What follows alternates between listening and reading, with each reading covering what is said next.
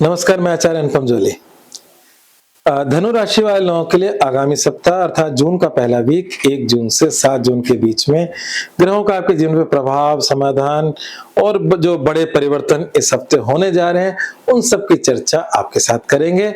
सबसे पहले चंद्रमा की बात करेंगे क्योंकि चंद्रमा डे टू डे लाइफ की बात करता है और चंद्रमा में हम सबसे पहले वो दिन बताते हैं जिसमें आपको शुभ कामों को अवॉइड करना होता है या उस समय हमें थोड़ा सा संभल के रहना होता है। तो शुरुआत करते हैं चंद्रमा से। तो चंद्रमा का सफर इस हफ्ते आपकी राशि से 12वीं राशि मतलब वृश्चिक राशि से शुरू होकर तीसरी राशि कुंभ राशि तक रहने वाला है और इस पूरे सफर के अंदर बस 12वां चंद्रमा अच्छा नहीं होता, मतलब सप्ताह का पहला दिन आपके लिए कोई खास अच्छा नहीं है। और वो पहला दिन भी अगर हम देखें तो शाम 7:09 पर ये चंद्रमा आपकी राशि में आ जाएगा, आपकी अपनी राशि में आ जाएगा, जो बहुत ही पॉजिटिव होता है। तो धनु राशि वाले लोगों के लिए आपका 2 तारीख से लेकर आपका जो 7 जून है वो बहुत ही शुभ लाभकारी चंद्रमा के लिहाज से है। शुरू के जो 2, 3, 4 तारीख जो होगी, जब आपकी राशि में चंद्रमा होगा, उस समय आपका मनोबल, आपकी इच्छा शक्ति सभी बहुत पॉजिटिव होंगी। उस समय कोई शुभ सूचनाएं भी आपको प्राप्त होंगी। तो इस प्रकार से शुरुआती समय आपका अच्छा जाने वाला है। उसके बाद का चंद्रमा मकर का होगा।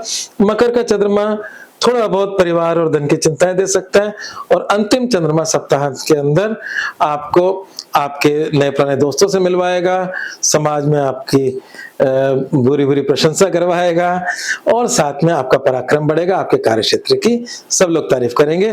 तो ये चंद्रमा का आपका ये हफ्ते का सार है।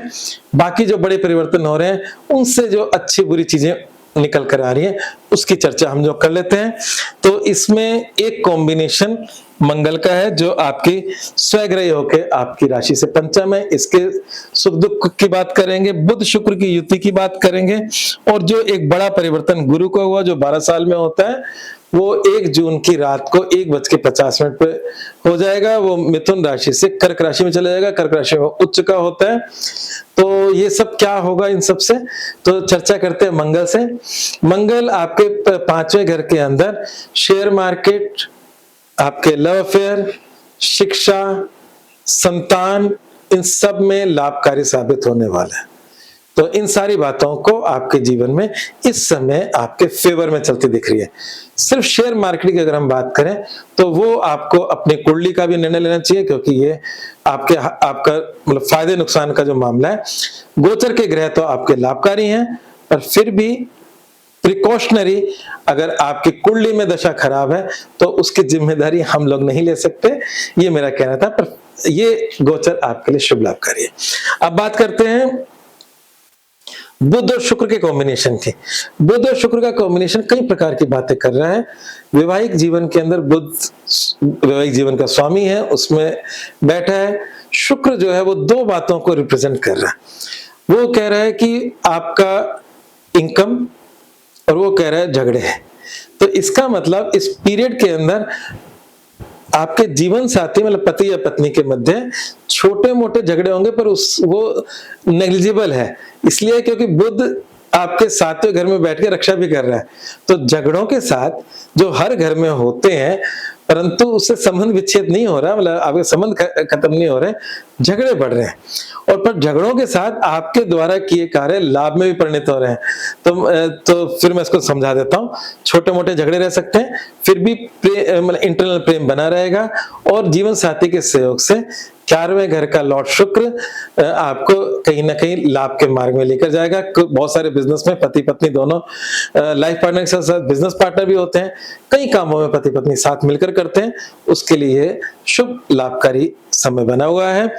दूसरी बात अगर हम बात करें बृहस्पति की, जो बृहस्पति लंबे समय से मिथुन राशि में थे, मिथुन राशि के अंदर बहुत अच्छे लाभ दे रहे थे, आपकी राशि को आशीर्वाद दे रहे थे, आपकी इनकम की राशि को आशीर्वाद दे रहे थे और आपके सोशल नेटवर्क को या आपके छोटे भाई बहन के सुख को आशीर्वाद दे रहे थे।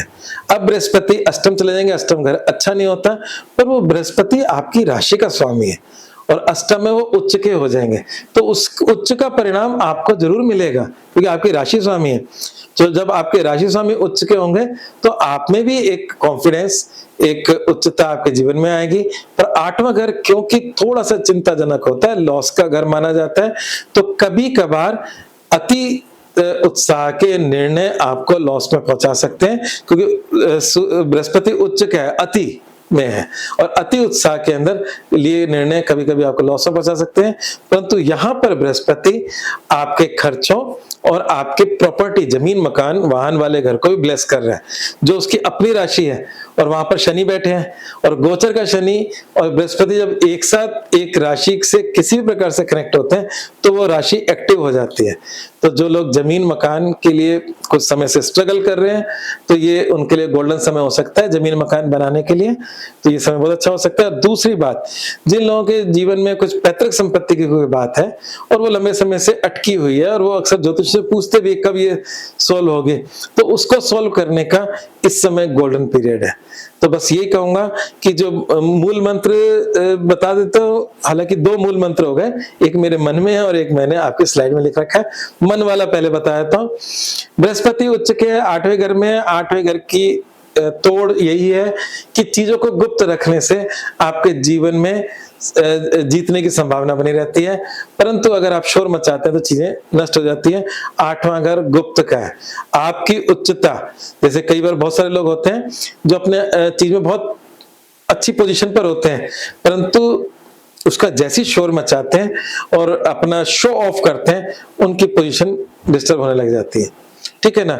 और अगर आप उस पोजीशन में हैं और आप पूरे उस पोजीशन के आनंद ले रहे हो, परंतु उसका कोई मोहल्ले में शोर नहीं मच रहा है, सोशल मीडिया पर शोर नहीं मच रहा, तो वो आपकी स्थिति बनी रह सकती है। तो क्यों ना अपने लाइफ को थोड़ा सीक्रेट बनाओ, जिससे आप जीवन का आनंद उठा सको। और ये बृहस्पति जून से लेकर अक्टूबर तक यही रहने वाला है। अक्टूबर के सिंह राशि में चले जाएगा, इस साल के अंत तक वहीं रहेगा।